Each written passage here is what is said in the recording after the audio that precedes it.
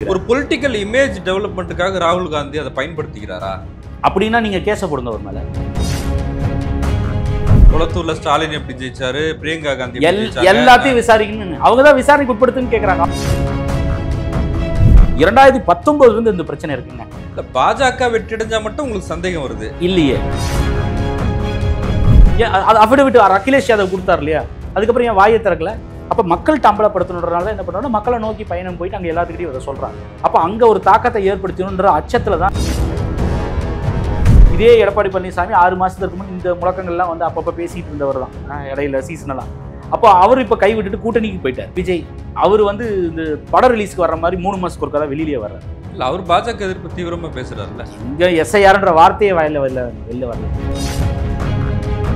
பாஜகவினுடைய மாநிலத்திற்கு விரோத போக்கு இருக்குல்ல, அதை வந்து தங்களுடைய ஒரு முக்கியமான, அது மட்டும் சொல்ல, அது ஒரு முக்கியமான ஒரு தேர்தல் யுக்தியாக திமுக கையில் எடுக்கிறாங்க.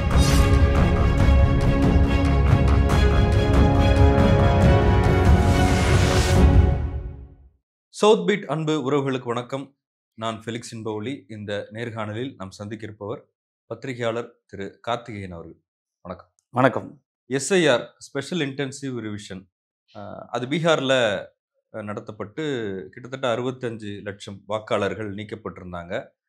அது நீதிமன்ற வழக்கு, அதை தொடர்ந்து நீதிமன்றம் சொன்னதன் அடிப்படையில் அந்த வாக்காளர் பட்டியலும் தேர்தல் ஆணையம் கொடுத்துட்டாங்க. இங்கே தொடங்கின அந்த பிரச்சனைன்றது எல்லா ஊர்கள்லையுமே வந்து இப்படி வாக்காளர்கள் நீக்கப்பட்டிருக்கிறாங்க, பெயர் மாறி இருக்கு, டோர் நம்பரே இல்லாமல் இருக்கு, ஒரே வீட்டில் 80 பேர் இருக்காங்க. இப்படியான பிரச்சனைகளை பத்திரிகையாளர் சந்திப்பில் ராகுல் காந்தி முன்வச்சாரு. அது ஒரு பெரிய பரபரப்பை ஏற்படுத்தி இருக்கு. அதாவது ஓட்டு திருட்டு அப்படின்றது.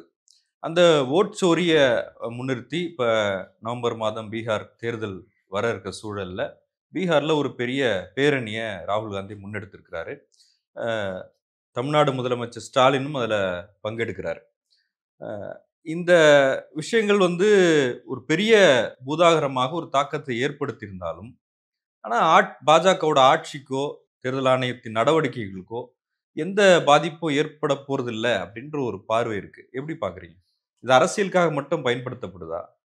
இல்லை, அதோட நோக்கம் என்பது வந்து இந்த வாக்காளர் பட்டியலில் இருக்கக்கூடிய முறைகேடுகள், அதே போல் நடந்து முடிந்த மத்திய பிரதேசம், மகாராஷ்டிரா தேர்தல், சட்டமன்ற தேர்தலும் சரி, அப்புறம் அதற்கு முன்பு 2024 நடந்த பாராளுமன்ற தேர்தலும் எது போன்ற முறைகேடுகள் நடந்தது அப்படின்றத அம்பலப்படுத்துறது பிரதான நோக்கம். அப்புறம் அதற்கு அடுத்த கட்டமாக வந்து அந்த முறைகேடுகளில் எப்படி வந்து தேர்தல் ஆணையமே ஒரு கூட்டுக்களவாணியாக வந்து பாஜகவிற்கு செயல்பட்டது அப்படின்றத தான் ராகுல் காந்தியும் ஜனநாயகத்தில் நம்பிக்கையுள்ள பல்வேறு அமைப்புகளும் வந்து அம்பலப்படுத்துகிறாங்க.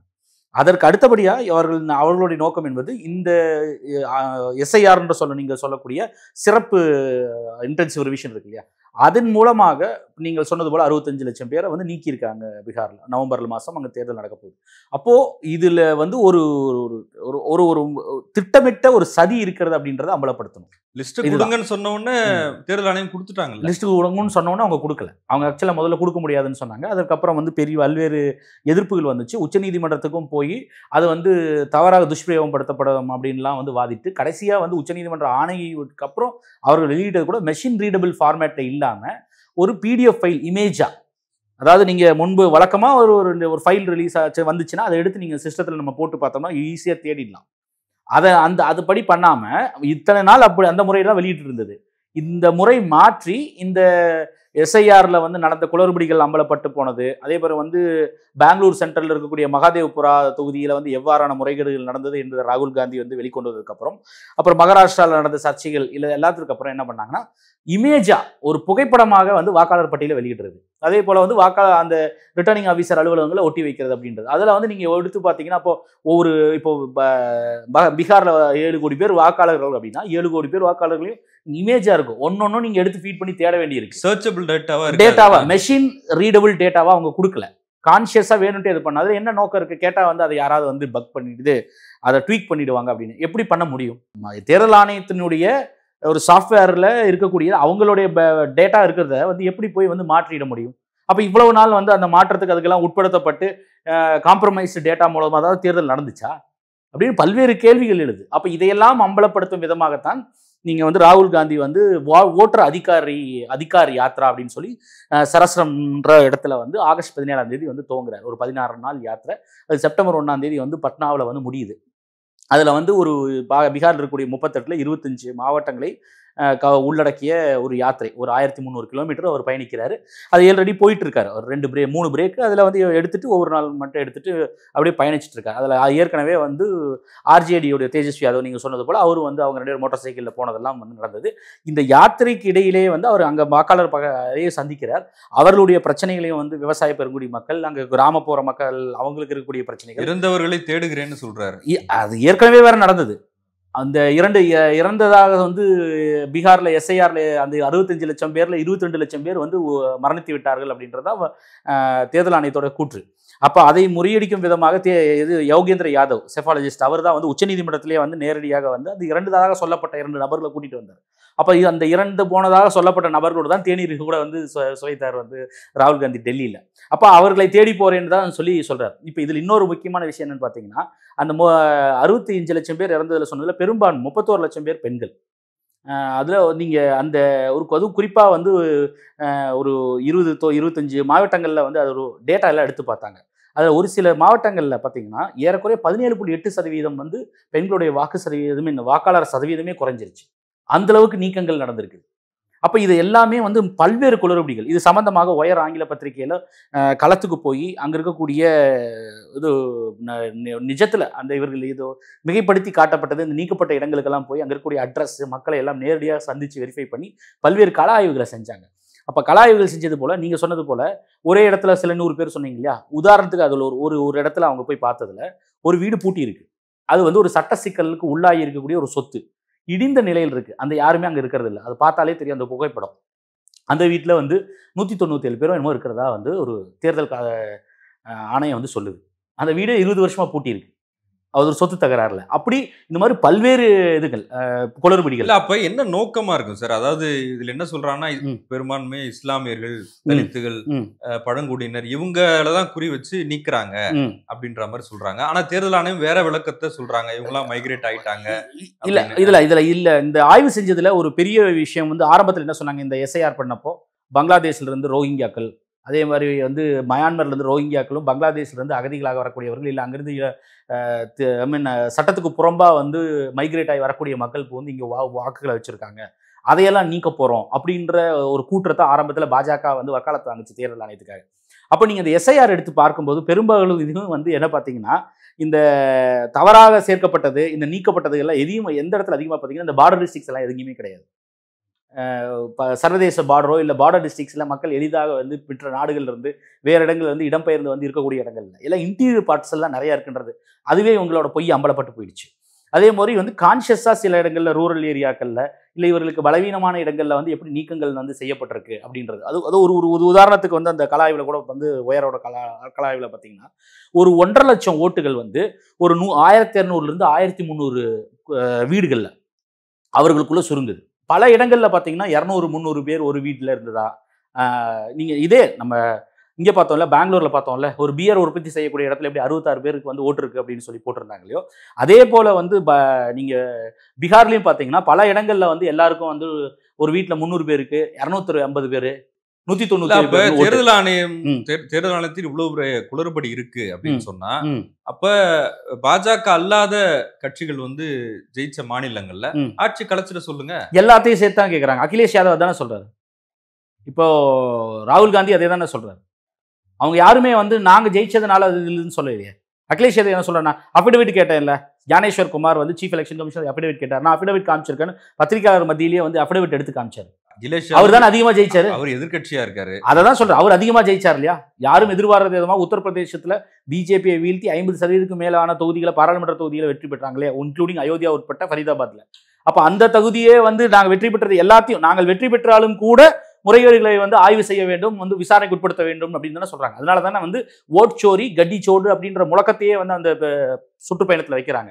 ஓட் சோரினா ஓட்டு திருட்டு சீட்டை விட்டு போ அப்படின்னு நம்ம தமிழ்ல வந்து மொழிபெயர்க்கலாம். அதை தான் அவங்க கேட்கறாங்க. அவங்க வந்து நாங்க வெற்றி பெற்றதுனால வந்து இந்த பகுதியில விசாரிக்காதனால பாஜகவும் குற்றச்சாட்டுகள் வைக்கிறாங்கல்ல, தமிழ்நாட்டிலயும் வந்து குளறுபடிகள் இருக்கு. விசாரிங்க யார் வேண்டாம்னா, அதையும் சேர்த்து பாஜக விசாரிக்க முடியும், தேர்தல் ஆணையம் தான் விசாரிக்கணும். ஸ்டாலின் கேட்கிறாரு இல்லையா, முதலமைச்சர் திமுக தலைவர் மு க ஸ்டாலின் அவர்கள் இப்போ இது சம்பந்தமான கோரிக்கை வைக்கிறாருல, ஓட் சோரிக்கை. பாஜகவினுடைய ஓட் ரிக்கிங் மெஷினாக மாறிவிட்டது தேர்தல் ஆணையம் அப்படின்றது சொன்னது யாரு? முதலமைச்சர் ஸ்டாலின் தானே ட்வீட் போட்டாரு. அவர் வந்து 39 சீட்டுக்கு 39 ஜெயிச்சுட்டு அவரே தான் ட்வீட் போடுறாரு. அதையும் சேர்த்து விசாரிங்க. அனுராக் தாக்கூர் சொல்றது தான் நீங்க சொல்றீங்க. அனுராக் தாக்கூர் சொன்னார்ல, விசாரிங்க. சரி, அனுராக் தாக்கூருக்கு அந்த டேட்டா எப்படி கிடைச்சது?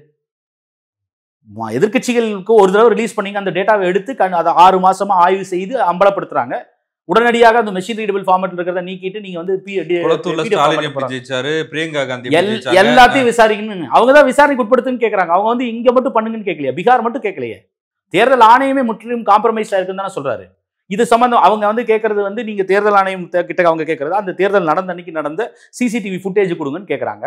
அதை கேட்டா வந்து பெண்களுடைய இல்ல அங்க இருக்கக்கூடிய மகளிருடைய இல்ல பெண்களுடைய அங்க எங்க வீட்டு பெண்ணோட மனைவிகள் மற்றும் பிள்ளைகளுடைய பிரைவசி பாதிக்கப்பட்டுரும் அப்படின்னு சொல்லக்கூடாது. இது வந்து பாஜக சொன்னா ஒரு நியாயம் இருக்கு. ஒரு தேர்தல் ஆணையர் சொல்றதுக்கு எப்படி ஏற்றுக்கொள்ள முடியும்? இது மட்டும் இல்லைங்க, இன்னொரு முக்கியமான விஷயம், நம்ம தேர்தல் ஆணையம் சம்பந்தப்பட்ட அதிகாரிகளோட வந்து தனிப்பட்ட முறையில் பேசும் பொழுது தேர்தல் ஆணையத்துக்கு ஒரு சொஃபிஸ்டிகேட்டட் சாஃப்ட்வேர் இருக்கு. இது போல டபுள் என்ட்ரி இதெல்லாம் இருக்கு இல்லையா, இதையெல்லாம் வந்து எளிதாக வந்து கண்டுகளிக்கிறதுக்கு வந்து தேர்தல் ஆணையம் வந்து ரொம்ப சொஃபிஸ்டிகேட்டட் ஒரு சாஃப்ட்வேர் வச்சிருக்கு. இதுவரை வந்து யாருமே அதை வந்து எழுப்பவும் இல்லை வந்து தேர்தல் ஆணையம் ஒப்புக்கொள்றது இல்லை பப்ளிக்கா. ஆனால் இதற்கு முன்பு இருக்கக்கூடிய அதில் பணியாற்றிய அதிகாரிகள் வந்து வெளிப்படையாகவே ஒப்புக்கொள்கிறார்கள். தேர்தல் ஆணையத்தில் இருக்கக்கூடிய அந்த சொஃபிஸ்டிகேட்டட் சாஃப்ட்வேர் ரொம்ப எளிதாக டபுள் என்ட்ரி, போகஸ், இந்த மாதிரி மல்டிபிள் ஓட்டர்ஸ் ஒரே இடத்துல 300 பேர் ஒரு வீட்டுக்குள்ள இருக்காங்க அப்படின்னு சொல்லி போடுறதெல்லாம் இருக்குல்ல, இதையெல்லாம் வந்து எளிதாக கண்டறிய இருக்கு. அதே மாதிரி ஒரே எபிக்ல வந்து பல மாநிலங்கள்ல இல்ல ஒரே ஊர்ல வந்து நில ஓட்டு இருக்கு அப்படின்னு நிறைய ஓட்டு அப்படின்னு சொல்லி இருக்குல்ல ஒரு நபருக்கு, இதெல்லாம் எளிதாக கண்டறியதற்கான ரொம்ப ஒரு தொழில்நுட்ப ரீதியாக வந்து ரொம்ப அட்வான்ஸ்டான ஒரு சாஃப்ட்வேரை தேர்தல் ஆணையம் வச்சிருக்கு. அதெல்லாம் இருந்து ஏன் இதெல்லாம் வருது? இல்ல அப்ப இந்த விஷயங்களுக்கான தீர்வுன்னு எப்படி சார் பாக்க? அதனாலதான் வந்து அதற்காகத்தான் இப்ப தேர்தல் ஆணையத்தை ஃபர்ஸ்டே முறையிட்டாங்க. நீங்க நல்ல ஞாபகம் பார்த்து பாருங்க, இந்த பாராளுமன்ற தேர்தலுக்கு முன்பும் சரி அதுக்கப்புறமும் சரி இந்த மகாராஷ்டிரா இதெல்லாம் நடக்கும் பொழுதும் சரி, அதாவது மகாராஷ்டிராவில் 5 மாசத்துல 41 லட்சம் ஓட்டுகளை புதுசா சேர்த்தாங்க இல்லையா, 5 வருஷத்துல சேர்க்க முடியாத எண்ணிக்கை மேலிருந்து நவம்பர் 2024 சேர்த்தாங்கல்ல, அப்போ கூட அவங்க இதெல்லாம் எழுப்பினப்போ கூட அதை பதில் சொல்லலை. அப்பவும் உங்களுக்கு ஞாபகம் இருக்கும்னு நினைக்கிறேன், இந்த இவிஎம்கள் பற்றியும் சரி இந்த வாக்காளர் பட்டியல் குறித்து பல்வேறு கட்சியினுடைய தலைவர்கள் எல்லாரும் சேர்ந்து போய் தேர்தல் ஆணையத்தை முறையிட போனாங்க. ஆனால் அவர்களுக்கு அப்பாயின்மெண்ட் கூட கொடுக்கல. கடைசியில் வந்து பெட்டிஷனாக கொடுத்துட்டு வந்தாங்க. அப்போ வெளிப்படையாக வந்து எதிர்கட்சி தலைவர்கள் எல்லா தலைவர்களும் வந்து அவங்களோட வருத்தத்தை ஆதங்கத்தை பதிவு பண்ணாங்க. அப்பெல்லாம் இந்த தேர்தல் ஆணையம் கண்டுகொள்ளவே இல்லை. இப்போ தேர்தல் நடக்கும் பொழுதும் இந்த பிரச்சனைகள் இருக்குன்னு சொன்னாங்க. 2019 இந்த பிரச்சனை இருக்குங்க. பதிவாகக்கூடிய வாக்குகளை விட எண்ணும் பொழுது வாக்குகள் ரொம்ப அதிகமாக இருக்கிறது அப்படின்னு சொல்லி தான் பிரச்சனையே. மகாராஷ்டிராவில் கரெக்டாக வந்து மகாராஷ்டிரா சட்டமன்ற தேர்தல் எடுத்துட்டீங்கன்னா கடைசியாக வந்து ஒரு 8%, 5 மணிக்கு மேலே 8% வாக்குகள் எப்படி வந்து அதிகரிக்க முடியும்? 8% வாக்குகள் அதிகரித்தது கடைசி அந்த 5 மணிக்கு மேலே. அதற்கும் அந்த தரவுகள் அந்த நாள் எண்டில் கொடுக்கல, அடுத்த நாள் கொடுக்கல, அப்புறம் ரொம்ப லேட்டாக வந்து ரிலீஸ் பண்ணுறது. இல்லை பாஜக வெற்றியடைஞ்சா மட்டும் உங்களுக்கு சந்தேகம் வருது இல்லையே? நாம கேட்கறது அதனால தானே சொல்றாங்க, அவர்கள் வெற்றி பெற்ற பகுதியை சேர்ந்தானே கேட்குறாங்க. அந்த 8% வாக்குகள் வந்து அதிகரிச்சது இல்லையா, ஏறக்குறைய வந்து 70 லட்சம் வாக்குகளும் இது ஒரு அதிகமாக இருக்கும்னு நினைக்கிறேன். அப்போ அந்த வாக்குகளில் கரெக்டாக ஒரு 12,000 பூத்தில் ஒரு 85 தொகுதிகள் அடக்கிய பூத்துகளில் உள்ளடக்கிய ஒரு 12,000 பூத்துகளில் அந்த இன்க்ரீஸ் வந்து கரெக்டாக தெரியுது. இது சம்பந்தமான சந்தேகத்தை எழுப்புறாங்க. உங்களுக்கு நல்ல ஒரு பழைய ஒரு காணொலியை வந்து நான் அதை ஞாபகப்படுத்த விரும்புகிறேன். ஒருவரை டிஎன் சேஷன் வந்து ஒரு பேட்டியில் கூட சொல்லியிருப்பார். அது ஸ்ரீனிவாசன் ஜெயினுக்கா இல்லை இவருக்கு பழைய என்டிடிவியினுடைய எடிட்டர் இருந்தார் இல்லையா, பிரணாய் ராய்க்கு கொடுத்த பேட்டியில் கூட சொல்லியிருப்பார். 1% ரிக்கிங்கான வாய்ப்புகள் இருக்குது, இல்லை முறைகேடுகள் இருக்குது என்ற எனக்கு சந்தேகம் எழுந்தாலும் கூட அந்த தேர்தலை வந்து ரத்து செய்ய வேண்டும் என்று அந்த அடிக்கடி சொல்லியிருந்தார்.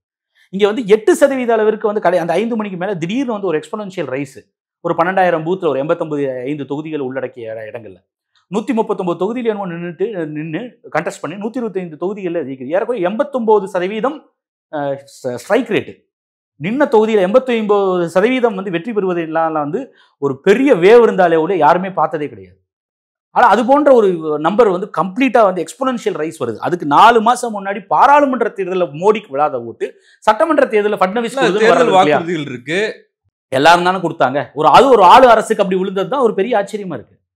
அப்போ இது அதனால தான் சொல்றேன், இது வந்து வெறும் நீங்க மகாராஷ்டிராவை மட்டும் பார்க்காதீங்க, தமிழ்நாட்டிலேயே ஆராயுங்க, பீகார்லையோ எங்கெங்கெல்லாம் நடந்துச்சோ, வெஸ்ட் பெங்காலில் ஆராய்ந்து பாருங்கள், டெல்லியில பஞ்சாப்ல எல்லா பக்கம் பண்ணுங்கன்னு தான் அவங்களும் கேட்கறாங்க. ஆனால் இதற்கு அடிப்படையில கேள்வி என்னன்னா, இதுக்கு அரசியல் ரீதியான குற்றச்சாட்டுகளோ இல்ல ஒரு பாஜக இது செஞ்சுட்டுன்னு கூட சொல்லல. தேர்தல் ஆணையம் இதுல இந்த உள்ளடி வேலை பார்த்ததுல இந்த ஃப்ராடுல வந்து தேர்தல் ஆணையத்திற்கும் அது பங்கு இருக்கிறதுன்றதா எல்லா அரசியல் கட்சிகளும் குற்றச்சாட்டு வைக்கிறாங்க. இந்த நாட்டினுடைய பிரதான எதிர்க்கட்சி தலைவர் ராகுல் காந்தி தேர்தல் ஆணையத்தின் மீது குற்றம் சுமத்துகிறார். ஒரு பொலிட்டிக்கல் இமேஜ் டெவலப்மெண்ட்டுக்காக ராகுல் காந்தி அதை பயன்படுத்திக்கிறாரா? அப்படின்னா நீங்க கேச போடுங்க ஒரு மேல. அவர்தான் முதல்ல சொல்ல வேண்டியது இது வந்து ரொம்ப இது பிஜேபி சொல்ல நியாயங்க. ஒரு அரசியல் ரீதியா அவங்களுடைய வெற்றியை கேள்வி எழுப்புவதற்காக அவரை வந்து சீட்டு விட்டு கட்டி சோடு அப்படின்னு சொல்றதுனால அவர்கள் மீது பிஜேபி சொன்னா பெரிய எதுக்காக தேர்தல் ஆணையர் சொல்றாரு, தலைமை தேர்தல் ஆணையர் இது குறித்து கேள்வி எழுப்புனா நீங்க முதல்ல சந்தேகத்தை நிவர்த்தி பண்ண வேண்டியது தானே உங்களுடைய கடமை. அதை விட்டு நீங்க என்ன பண்றீங்கன்னா ஃபர்ஸ்ட் அஃபிடவிட் போடும். நீங்க ஏன் அஃபிடவிட் அகிலேஷ் யாதவ் கொடுத்தாரு இல்லையா, அதுக்கப்புறம் ஏன் வாயை திறக்கல? இன்னத்துக்கு நீ சொல்லணும்ல, இவ்வளவு வந்து வாக்குகள் இருந்ததுங்க, இவ்வளவு மாற்றம் செஞ்சது 4 மாசத்துல எப்படி 5 மாசத்துல எப்படி 41 லட்சம் வாக்குகள் சேர்ந்தது, 5 வருஷத்துல எங்களால செய்ய முடியாததை நாங்க 4 மாசத்துல எப்படி அவ்வளவு வாக்காளர்கள் வந்து அதிகரிச்சாங்க, எப்படி வந்து உயர்ந்தது அப்படின்றத சொல்ல வேண்டியது தானே. அதை சொல்ல ஏன் வந்து அந்த ஸ்பெசிபிக் கொஸ்டின்ஸ்க்கு வந்து பதில் சொல்ல மாட்டேங்கிறாங்க. பரஞ்சாய் குஹார் தாக்கூர் தான் வந்து பத்திரிகையாளர் சந்திப்பில் கணேஷ்குமார்கிட்ட ஸ்பெசிஃபிக்கான கொஸ்டின்ஸாக வந்து 3 கேள்விகள் கேட்கிறார். ஏன் பாஸ்ன்ட்டு அடுத்த கொஸ்டினுக்கு போயிட்டார், அந்த கேள்விகளுக்கு பதிலே சொல்லல ஞானேஸ்வர் குமார். இல்ல நீங்க சந்தேகப்படுறதா எல்லாத்தையும் சந்தேகப்படலாம். உங்க சந்தேகங்கள் எல்லாத்துக்கும் பதில் சொல்லிட்டே இருக்க முடியுமா? சந்தேகத்தை நிவர்த்தி பண்றது தான் உங்க வேலை. அதுக்கு தான் உங்களை வந்து அரசாங்கம் இல்ல, உங்களுக்கு பார்லிமெண்ட் மேல நம்பிக்கை இல்ல, சுப்ரீம் கோர்ட் மேல நம்பிக்கை இல்ல, பார்லிமெண்ட்ல கேள்வி எழுப்புனாங்க, பார்லிமெண்ட்ல கேள்வி எழுப்புனாங்கல்ல, ஊடகங்கள் மேல நம்பிக்கை இல்ல. நான் கேக்குது பார்லிமெண்ட்ல கேள்வி எழுப்புனாங்கல்ல, பதில் சொல்ல வேண்டியது தானே. சம்பந்தப்பட்ட துறை அமைச்சர்கள் பதில் சொல்லலாம், ஏன் பதில் சொல்லல? சரி, பத்திரிகையாளர் சந்திக்கல, பத்திரிகையாளர்கள் கேள்வி, எதிர்கட்சிகள் விமர்சனம் வச்சா பரவாயில்லைங்க, பத்திரிகையாளர்கள் கேள்வி எழுப்புனாங்க இல்லையா, அதற்கு பதில் சொல்றதுக்கு இந்த தலைமை தேர்தல் ஆணையருக்கு என்ன பயம்? சுப்ரீம் கோர்ட் வந்து டேட்டா வந்து பப்ளிக்கா ஷேர் பண்ணணும்னு சொல்லிச்சு. தேர்தல் ஆணையம் பத்திரிகையாளர் சந்திச்சார்ல, பேசினார்ல, பதில வரலையே, பாஸ் பண்ணிட்டு போயிட்டாரு கேள்வியை. இது குறித்து ஸ்பெசிபிக்கான கேள்வி கேட்டப்போ பரஞ்சாய் குஹார் தாக்கூர் தான் எல்லாரும் மதிக்கப்படக்கூடிய ஒரு பத்திரிகையாளர், ஊடகவியலாளர் அந்த கேள்வி கேட்கிறார். 3 கேள்வி கேட்டார். 3 கேள்விக்கு அப்படியே ஸ்கிப் பண்ணிட்டு பாஸ்ன்னு சொல்லிட்டு ஏன் போனாரு? அந்த கேள்வியில் குறிப்பிட்ட கேள்விகளுக்கு பதில் சொல்லணும்ல.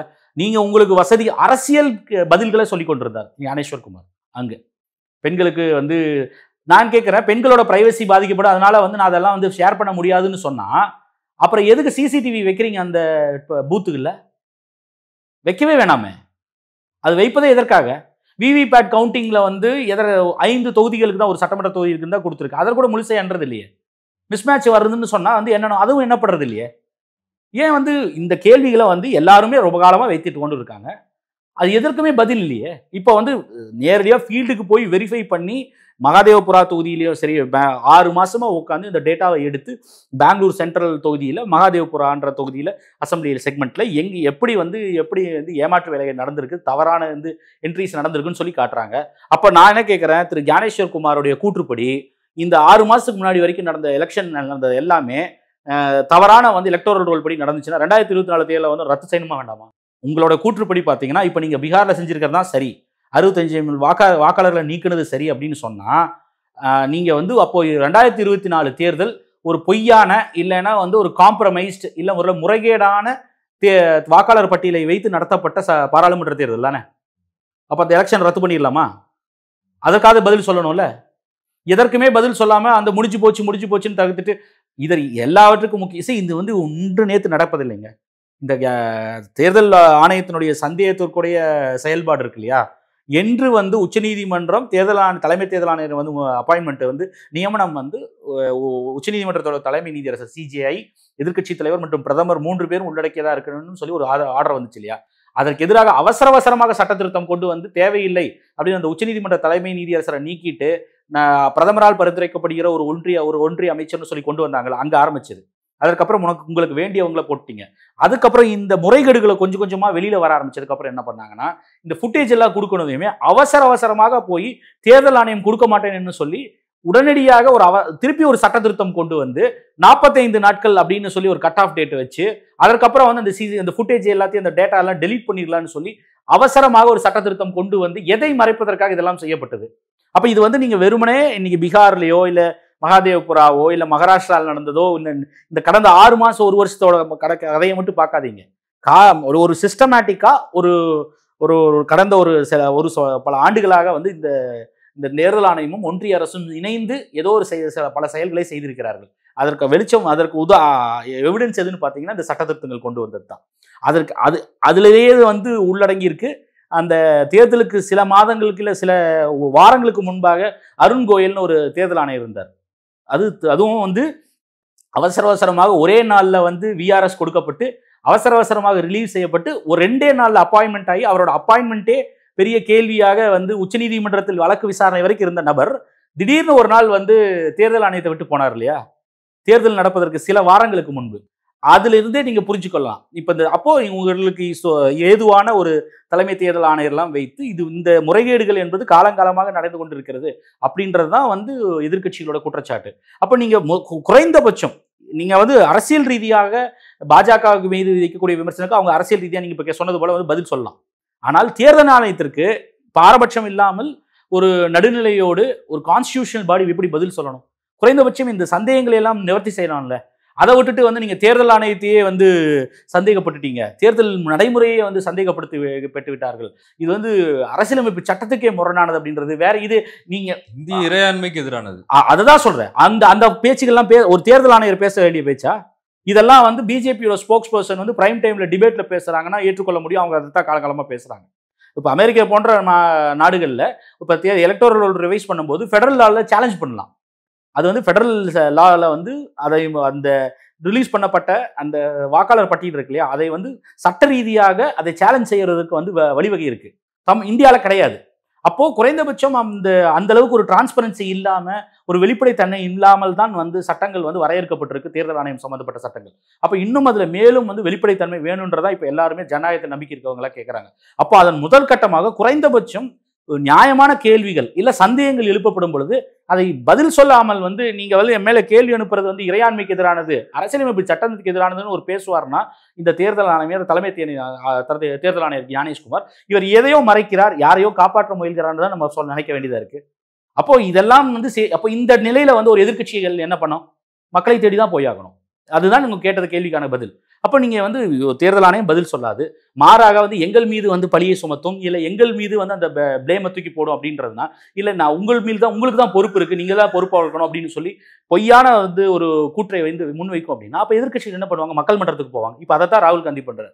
அவர் என்ன பண்றாருன்னா வந்து ஆகஸ்ட் 17 ஆரம்பிச்சு மக்களை போய் சந்திச்சு நான் உங்ககிட்ட சொல்றேன், ஓட் சோரி இல்ல ஓட் அதிகாரி யாத்திரா, ஓட்டர் அதிகாரி யாத்திரா, அதாவது வாக்காளர்களுக்கான உரிமை போராட்டம் அப்படின்னு சொல்லி அதற்கான மீண்டும் தேர்தலை அதே தேர்தல் ஆணையத்தை சந்திக்க போறார் ராகுல் காந்தி. குறைந்தபட்சம் இப்ப அந்த மக்களை சந்திச்சு இத்தனை வெளிப்படுத்தினதுக்கு அப்புறம் தானே உச்சநீதிமன்றம் வரைக்கும் போய் அதே உச்சநீதிமன்றம் இதுவரை இந்த உச்சநீதிமன்றங்களுடைய பங்குகளும் இதுல வந்து சில நேரங்களில் வருத்தம் அளிக்கிறதா இருக்கு. அவுட்ரைட் வந்து எப்படி இவ்வளவு பேர் நீக்கப்பட்டார்கள், எதற்காக வந்து நீங்க சொல்லக்கூடிய 11 டாக்குமெண்ட் மட்டும் வச்சுக்கிறீங்கன்னு சொல்லி கேட்டு, இல்லைன்னா எபிக்க செல்லாதான், அதாவது வந்து வாக்காளர் அடையாள அட்டையே வந்து செல்லாதான். வாக்காளர் அடையாள இப்போ நான் உதாரணம் சொல்றேன். இப்போ இந்த ஃபீல்டு போய் வெரிஃபிகேஷன் பண்ணாங்கல்ல, பல இடங்கள்ல இந்த 100 நபர்கள் 200 நபர்கள் ஒரே இடத்துல இருக்காங்கன்னு சொல்றாங்க இல்லையா. அப்போ அதுல நிறைய டூப்ளிகேஷன்ஸ், தவறுகளான என்ட்ரிகள் இருக்குல்ல, 000 அட்ரஸ் போட்டு வச்சிருந்தாங்கல்ல, அந்த எப்பிக்ல எல்லாம் கரெக்டா இருக்குங்க. எப்பிக்ல அந்த நபருக்கு அந்த வெரிஃபிகேஷனுக்கு போகும்போது இந்த டோர் நம்பர் இருக்கக்கூடிய மக்கள் சில இடங்கள்ல சொல்லியிருக்காங்க, இந்த நபரை தெரியும், இவர்கள் இந்த பகுதியில் இருக்கவர்கள்லாம், நான் இந்த இடத்துல இல்லைன்னு சொல்லி அவங்க அந்த பகுதியில் இருக்கவங்க அவங்களோட போய் கிராஸ் செக் பண்ணும்போது அந்த தவறாக என்ட்ரி செய்யப்பட்ட மக்களுடைய அட்ரஸ் வந்து வேற இடத்துல இருக்கு. அதுல ஒரு எப்பிக்ல அவர்களுடைய வாக்காளர் அடையாளத்தில கரெக்டா இருக்கு. ஆனா நாங்க சிறப்பா வந்து செய்யறோம்னு சொல்லிட்டு எஸ்ஐஆர்னு போட்டு ஒன்று பண்ணாங்கல்ல, அதுலதான் தவறா வந்து என்ட்ரி எல்லாம் பண்ணி வச்சிருக்கு. அப்ப என்ன லட்சணத்துல நீங்க எஸ்ஐஆர் பண்ணிருக்கீங்க? அங்க இருக்கக்கூடிய வந்து பிளாக்ல இருக்கக்கூடிய ரிட்டர்னிங் ஆஃபீஸர்ஸ் எல்லாம் இருப்பாங்க இல்லையா, பூத் லெவல் ஆஃபீஸர்ஸ், அவர்களோட செக் பண்ணும்போது அவர்களே வெளிப்படையாக ஒப்புக்கொண்டார்கள். எல்லா இடத்துலையும் எங்களால் நேரடியாக போய் வெரிஃபை பண்ண முடியாதுன்னு சொல்லிட்டு அதனால தான் பல இடத்துல வந்து என்ட்ரி போட்டு வச்சாங்க. மக்கள் எல்லாருமே அதான கேள்வி கேட்டாங்க. அட்ரஸ் 000 இருந்தா பரவாயில்ல, எபிக் நம்பர் இருந்தா பரவாயில்ல, எப்படா வந்து அப்பாவும் ஒரே அப்பாவை எல்லாருக்கும் அப்படின்னு கேள்வி கேட்பாங்களா இல்லையா? எப்படி பல மக்களுக்கு ஒரே அப்பா இருக்க முடியும், ஒரே நபர்கள் வந்து இருக்க முடியும் அப்படின்னு சொல்லி கேள்வி எழுப்புனாங்கல்ல. மகனை விட அப்பாவுக்கு வயசு அதிகமா இருக்கு. மகனுக்கு வந்து 70 வயசு, அப்பாவுக்கு வயசு 52 வயசு அப்படின்னா இந்த கொடுமை எங்காவது நடக்குமா? இந்த கேள்விகள்லாம் எழுப்பும் பொழுதுதான் அப்ப பூத் லெவல்ல இவர்கள் சரியான வேலை செய்யல. இந்த எஸ்ஐஆரை தான் சிறப்பா செஞ்சுட்டோம், இதை வச்சுதான் தேர்தல் நடத்தணும், இதனாலதான் 65 லட்சம் பேர்த்த நீக்கணும்னு சொல்லி அப்பட்டமா வந்து ஒரு பொய்யான வேலையை செஞ்சு, இல்லைன்னா தரம் இல்லாத வேலையை செய்து விட்டு இந்த தேர்தல் ஆணையம் அதை டிஃபெண்ட் பண்ணிட்டு இருக்கு. அதற்கப்புறம் தான் இப்போ வந்து சிம்பிளுங்க. அதுல ஒரு டாக்குமெண்ட் வந்து தேர்தல் ஆணையம் சொல்றது வந்து பர்த் சர்டிஃபிகேட் சொல்லுது, 2003க்கு அப்புறம் வந்து வர்றது அப்படின்னு சொல்லுது. அந்த நேஷனல் ஃபேமிலி ஹெல்த் சர்வே 5 ஒன்று இருக்குது. அதாவது ஒன்றிய அரசால் செய்யப்படுகிறது. ஒன்றிய நம்ம சுகாதாரத்துறை அமைச்சகத்தில் ப்ளஸ் புள்ளியியல் துறையோட இணைந்து இந்த இதை பண்ணுவாங்க. அப்போ அதில் எடுத்து பார்த்தீங்கன்னா எத்தனை பேர் மக்கள் வந்து பர்த் சர்டிஃபிகேட் இவர்கள் சொல்லக்கூடிய தரவுகள் வைத்திருக்கிறோட எண்ணிக்கை பார்த்தீங்கன்னா 3% கூட கிடையாது. அந்த இவங்க சொல்லக்கூடிய அந்த கட் ஆஃப் டைம் வச்சு பார்த்தா. அப்போ அதன் அடிப்படையில் எத்தனை பேர்த்தால் அந்த டாக்குமெண்ட் எடுத்து காட்ட முடியும்? அப்போ எல்லாருக்கிட்டும் இருக்கக்கூடிய காமனான டாக்குமெண்ட் வந்து ஆதார். நீங்கள் தான் எல்லாத்து மேலேயும் திணிச்சிங்க வழியை. ஆதார் வாங்கியே தேரணும். ஆதார் இல்லைன்னா எதுவுமே இல்லை. ஆமாம், இப்போ ஆதார் இல்லாமல் எதுவுமே தர்றதில்லை. சிம் கார்டு வாங்க முடியாது. நீங்கள் சாதாரண எதுக்கு போனாலும் ஆதார். அப்போது அந்த டாக்குமெண்ட் எடுத்துக்கலான்னு சொன்னால் இல்லை, அதில் வந்து போகஸ் என்ட்ரி வந்துடும், வெளிநாட்டு மக்கள் வந்துடுவாங்க, அவங்கள என்ட்ரிலாம் வந்துடும் அப்படின்னு சொல்கிறீங்க. ஆனால் வந்து எங்களான்னு போய் தேடி பார்த்தா எல்லாம் வந்து உட்புற பகுதிகளில், பார்டர் டிஸ்ட்ரிக்ட் கிடையாது, உட்புற பகுதிகள் இருக்கவங்க தான் வந்திருக்காங்க. யார் அதிகமாக நீக்கப்பட்டிருக்காங்கன்னா பெண்கள் தான் நீக்கப்பட்டிருக்காங்க. இவங்களாம் எங்கே வந்து பங்களாதேஷ்லையும் மியான்மர்லேருந்து இல்லை தப்பி வந்து ஓடி வந்து இங்கே வந்தவங்க தான். ஸோ அப்போ இந்த தேர்தல் ஆணையம் வந்து ஒரு பெரிய அளவில் குளறுபடிகளை செய்து வைத்திருக்கு. அப்போ இந்த குளறுபடிகள் பெரிய அளவிற்கு வந்து உதவியாக இருக்குது. இது வந்து பீகார். அதே நீங்கள் வந்து பெங்களூர் எடுத்து பார்த்தீங்கன்னா அந்த வாக்கு செலுத்தினது இல்லை அந்த வாக்கு சதவீதம் உயர்த்தினது பார்த்தீங்கன்னா ஆளுங்கட்சிக்கு பெரிய அளவிற்கு வந்து சாதகமாக அமைஞ்சிருக்கு ரிசல்ட்டு. அப்போ அதை தான் கேள்வி எழுப்புறாரு ராகுல் காந்தி. அப்போ அதற்கு ஒரு நேர்மையான பதில் அங்கே வரல. அதே மாதிரி உச்சநீதிமன்றத்திலையும் இப்போ இவ்வளோ அளவுக்கு போய் மக்கள்கிட்ட போய் இந்த அளவுக்கு பப்ளிக்காக போய் பேசி யாத்திரை வரைக்கும் போய் இல்லைன்னா வந்து இப்போ ப்ரெஸ் மீட் கொடுத்து பெரிய ஒரு பேசு பொருளாக விவாத பொருளாக இந்த பிரச்சனையை மாற்றினதுக்கு அப்புறம் தான் உச்சநீதிமன்ற தலையிட்டு இல்லை அந்த வேலையெல்லாம் வேண்டாம், நீ நீக்க 65 லட்சம் பேரில் யாரெல்லாம் திருப்பி கிளைம் சப்மிட் பண்ணுறாங்களோ அவங்க கிட்ட ஆதார் கொடுத்தாங்கன்னா அவங்க ஏற்றுக்கணும்னு சொல்லி ஆர்டர் போட்டிருக்கு. அதை முடியாதுன்னு சொல்லி உச்சநீதிமன்றத்தில் போய் தேர்தல் ஆணையம் பயங்கரமாக வாதாடிச்சு. அது அந்த தீர்வு கிடைச்சதுக்கான காரணம் அந்த ஆதார் மூலமா அட்லீஸ்ட் குறைந்தபட்சம் ஒரு சின்ன ரிலீஃப் கிடைச்சதுக்கான காரணம், ஒரு சிறிய தீர்வு கிடைச்சதுக்கான காரணம் இந்த எதிர்க்கட்சி தலைவரும் மித்த எதிர்க்கட்சிகளும் களத்துக்கு போய் மக்கள்கிட்ட போய் முறையிட்டதுனால தான். இப்போ அதை இன்னும் தீவிரமாக போகணும். ஏன்னா இன்னும் இந்த தேர்தல் ஆணையத்தினுடைய செயல்பாடு நேர்மையானதாக இல்லை, வெளிப்படைத்தன்மையோடு இல்லை. அப்போ மக்கள்கிட்ட அம்பலப்படுத்தணுன்றனால தான் என்ன பண்ணுறோம்னா மக்களை நோக்கி பயணம் போயிட்டு அங்கே எல்லாத்துக்கிட்டையும் அதை சொல்கிறாங்க. அப்போ அங்கே ஒரு தாக்கத்தை ஏற்படுத்தணுன்ற அச்சத்தில் தான் வந்து இது தொடர்ந்து எப்படியாவது வந்து திசை திருப்பக்கூடிய வேலையோ இல்லை மடுகளிக்க வேலையோ. ஏன்னா இதை என்கேஜ் பண்ணிங்கன்னா இன்னும் மேலும் அம்பலப்படும். இது ஏதோ பேசுகிறான்றக்காக வந்து நம்ம ஏதோ பெரிய அறிக்கையை மறுப்பு கொடுத்துடலான்னு சொல்லிட்டு ஒரு ப்ரெஸ் மீட் வச்சு அதில் இன்னும் கேவலமாக அம்பலப்பட்டு போனது தேர்தல் ஆணையம் ஞானேஷ்குமாரும். அதை வந்து அதுக்கப்புறம் வந்து இது மேலே பேசினா வந்து இன்னும் கேவலப்படுவோம்னு தெரிஞ்சதுக்கப்புறம் தான் இதனால் இப்போ என்ன பண்ணுறாங்கன்னா அமைதியாக வந்து எந்த கேள்விக்கும் பதில் சொல்லாமல் இருக்காங்க. அதனால தான் இவர்கள் தொடர்ந்து மக்கள்கிட்ட போகிறாங்க.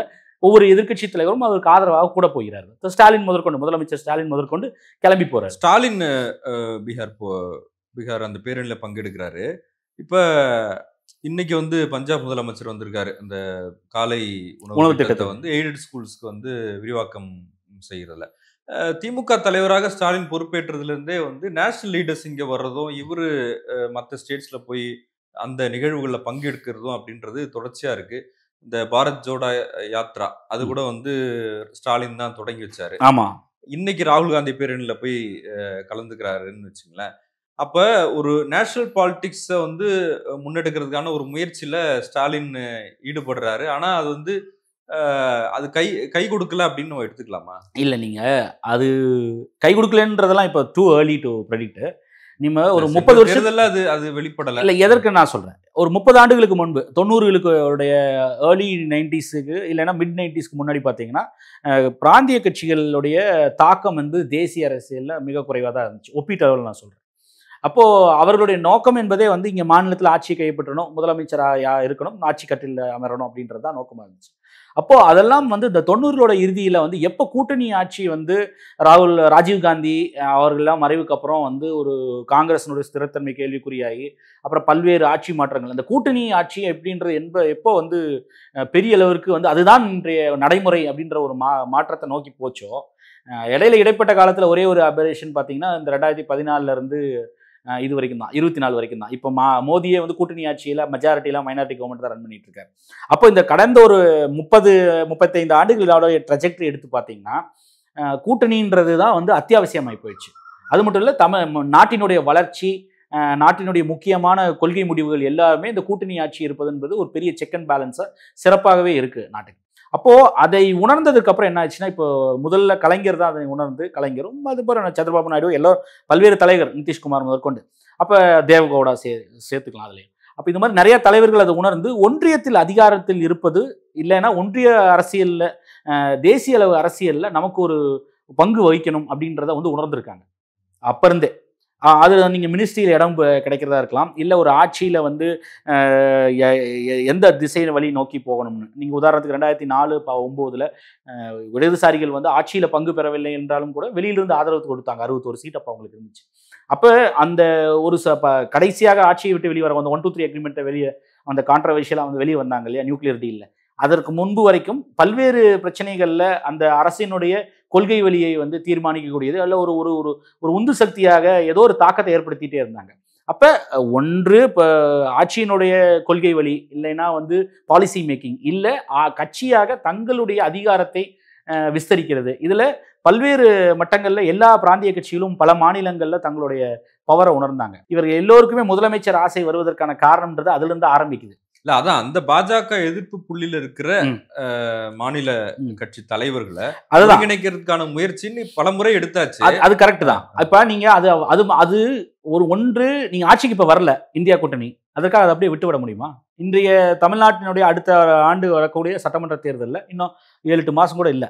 அப்போ இது போன்ற ஒரு சூழல்ல வரக்கூடிய தேர்தலினுடைய நேரேட்டிவ் எப்படி இருக்குன்னா, மாநில உரிமை, மாநிலத்துடைய நலன் எல்லாவற்றிற்குமே வந்து ஒன்றிய அரசோடு போராடி பெற வேண்டிய ஒரு நிலை தான் இன்னைக்கு இருக்கு. இன்னைக்கு மாநிலத்தில் இருக்கக்கூடிய அஃப்கோர்ஸ் இந்த அரசுக்கு ஆன்டி இன்கம்பன்சி இருக்கும். அப்போ சில தேர்தல் வாக்குறுதிகளை வந்து செயல்படுத்தாததில் கடுமையான விமர்சனம் இருக்கும். எதிர்கட்சிகள் அதை வந்து கூர்த்திட்டுவாங்க. அதே போல் சில பிரச்சனைகளில் இல்லை சில விஷயங்களில் வந்து அரசினுடைய செயல்பாடுகள் வந்து விமர்சனத்துக்குள்ளான விதத்தில் இருக்கும். அப்போ அதெல்லாம் வந்து எதிர்கட்சிகள் பலமாக மக்கள்கிட்ட எடுத்து சொல்லும் போது ஆன்டி இன்கம்பன்சி வரும். இதையெல்லாம் தாண்டி நரேட்டிவ் எப்படி இருக்குன்னா, ஒன்றிய அரசு மாநிலத்துக்கு கொடுக்க வேண்டிய நியாயமான உரிமைகளை கூட பறிக்கக்கூடிய ஒரு ஒன்றிய அரசா இருக்கு. அப்போ இதை நோக்கி தான் வந்து ஆளும் திமுக வந்து தன்னுடைய பிரச்சாரமாக முன்னெடுக்கிறாங்க. இப்போ நீங்க கேட்குறீங்களா, பகவந்த் மன்யா இங்கே வர்றாரு, அதுக்கு முன்பு இவர் வந்து இந்தியா பிளாக் கூட்டத்துக்கு போனது, இது எல்லாமே என்ன எப்படின்னா, அப்போ பாஜகவினுடைய மாநிலத்திற்கு விரோத போக்கு இருக்குல்ல, அதை வந்து தங்களுடைய ஒரு முக்கியமான, அது மட்டும் சொல்ல, அது ஒரு முக்கியமான ஒரு தேர்தல் யுக்தியாக திமுக கையில் எடுக்கிறாங்க. அப்போ இன்னைக்கு வந்து எடப்பாடி பழனிசாமி, இதே எடப்பாடி பழனிசாமி 6 மாசத்துக்கு முன் இந்த முழக்கங்கள்லாம் வந்து அப்பப்போ பேசிட்டு இருந்தவர் தான், இடையில சீசனலா. அப்போ அவர் இப்போ கை விட்டுட்டு கூட்டணிக்கு போயிட்டார். மாறா இன்னைக்கு இருக்கக்கூடிய விஜய், அவர் வந்து இந்த படம் ரிலீஸ்க்கு வர்ற மாதிரி 3 மாசத்துக்கு ஒருக்கா தான் வெளியிலே வர்றாரு. இல்ல அவர் பாஜக எதிர்ப்பு தீவிரமா பேசுறாருல்ல. எங்க எஸ்ஐஆர்ன்ற வார்த்தையே வெளில வரலைங்க. அவரோட வந்து அவர்லாம் வந்து ஒரு என்ன சொல்றது, ஒரு கால்ஷீட் பாலிட்டிஷியன் மாதிரி தான் நான் பார்க்குறேன். பின்ன பெரிய வந்து ஒரு சீரியஸான பாலிடிக்ஸ் பேசக்கூடிய ஒரு ஆளாக நான் நினைக்கல. அவருடைய பார்வையில் என்ன நினைக்கிறாருன்னா, வந்து ஒரு இந்த சினிமாவில் வர்ற மாதிரி நாமினேஷனை ஃபைல் பண்ணிட்டு பிரச்சாரத்தை ஒரு பாட்டில் 4 நிமிஷம் காமிச்சாங்கன்னா முடியும் போது கையில் பேனாவை கொடுத்து முதலமைச்சரை கையெழுத்து போட சொல்லுவாங்கன்னு நினைக்கிறாருன்னு போல இருக்கு. அவரோட அரசியல் அப்படி தான் இருக்கு. ஏன்னா எந்த ஒரு இன்னைக்கு நாட்டினுடைய மிக முக்கியமான பிரச்சனை வந்து 1 நேஷன் 1 எலெக்ஷன்றாங்க. எஸ்ஐஆர்ல வந்து தேர்தலே வந்து போர்ஜிட்டு அப்படின்னு சொல்லி ஒரு கேள்வி குற்றச்சாட்டுக்கு நோக்கி போயிட்டு இருக்கு. பாஜகவை ஆதரிக்க மாட்டாங்க தமிழ்நாட்டு மக்கள், அது தெளிவா இருக்காருல்ல. அது சரி, அதற்காக நீங்க என்ன பேசுறீங்க? தண்ணி ஒட்டாதுன்னு சொல்லிட்டாரு, அவ்வளவுதான். அந்த ஒரு டைலாக்கா எல்லாரும் போய் ஓட்டு போட்டுருவாங்களா? ஒரு வார்த்தை பஞ்ச் டைலாக் பேசினா ஓட்டு போட்டுருவாங்க. இது என்ன சினிமாவா தான் நான் கேட்கிறேன். பாஜக ஓட்டு போட மாட்டாங்க. கரெக்டுங்க. அப்ப நீங்க அந்த இடத்துல நீங்க வந்து அதை அறுவடை செய்யக்கூடிய இடத்துல நீங்க என்ன முன்னெடுக்கிறீங்க? என்ன பேசியிருக்கீங்க? எஸ்ஐஆர் பத்தி உங்களுடைய பார்வை என்ன? 2வது மாநில மாநாடு போட்டுட்டு மொத்த மாநாடு 1.5 மணி நேரம் தான் நடந்துச்சு. அது ஒரு மாநாடுல இத பேசினாரா அதை பேசினாரான்னு கேட்டா எப்படி சார்? வேற எப்ப பேசுறது? அடுத்த வருஷம் எலெக்ஷன் வச்சுக்கிட்டு இது என்ன சினிமான்னு நினைச்சீங்களா? விக்ரவாண்டியில வந்து டீசர் வரும், அதுக்கப்புறம் வந்து டைட்டில் வரும், டைட்டில், டீசரு, ட்ரைலரு, அப்புறம் ஆடியோ ரிலீஸ் எல்லாம் பண்ணிட்டு அப்படியே போனா வந்து விஜய் ரிட்டையர் ஆயிடுவாரு. அதுக்கு 2050 எலெக்ஷனுக்கு தான் நாங்கள் முழுமையா வந்திருக்கிறோம் அப்படின்னு மாதிரி முடியும். அந்த அரசியல்லாம் எடுபடாது. மக்கள் கேட்குப்பாங்க இல்லையா? உங்க கூட விசிலடிக்கக்கூடிய உங்களுடைய ரசிகர்கள், நீங்க சாரி அப்படி சொன்ன கோச்சுப்பாங்க, தொண்டர்கள், அவர்களுக்கு வேணா பிடிக்கலாம். ஆனா வெகுஜன மக்கள் நாட்டில் இவ்வளவு பிரச்சனை இருக்கு, இதை பத்தி உன்னோட கருத்து என்னன்னு கேட்பாங்கல்ல. குறைந்தபட்சம் சட்டமன்ற தேர்தல் உன்னுடைய அரசியல் எதிரின்னு சொல்லக்கூடிய திமுகவையோட விமர்சனத்தை கூட விலாவரியா வைக்க முடியல. எல்லாமே ஒன்லைனர் தான். எழுதி கொடுத்தா வந்து ஒரு வரி எழுதி கொடுத்தா அந்த ஒரு வரியை தாண்டி எனக்கு படிக்க தெரியாது, இல்ல மனப்பாடம் பண்ண தெரியாது. இந்த அரசியல்லாம் எடுபடாதுங்க. இதெல்லாம் வந்து நீங்க வந்து தாமரையில தண்ணி ஒட்டவே ஒட்டாதுன்னா உடனே எல்லாம் ஓட்டு போட்டுருவாங்களா? சரி, ஏன் ஓட்ட மாட்டேங்குதுன்னு தெரியுது இல்ல? அப்போ வந்து வலிமையா பேசி இந்த தாமரை ஏன் வந்து வரக்கூடாது, அது வந்து அது வளரக்கூடாது, கருகணும் அப்படின்னு பேசுறீங்க இல்லையா? அப்போ உங்களோட அரசியலை கூர்மைப்படுத்துங்க.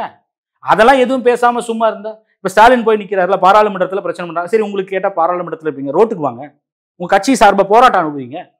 நீங்க கூட வர வேண்டாங்க, வந்த டிராபிக் வந்துடும், ஜாம் ஆயிடும். போராட்டம் நடத்துங்க. எங்காவது அனுமதி மீறி கைதாகுங்க. ஏன்னா மண்டபத்தில் போய் பிரியாணி போட்டு வெளியில தான் விட போறாங்க. அப்புறம் என்ன? அப்புறம் நீங்க வந்து ஒரு போராட்டம் அனௌன்ஸ் பண்ணுங்க.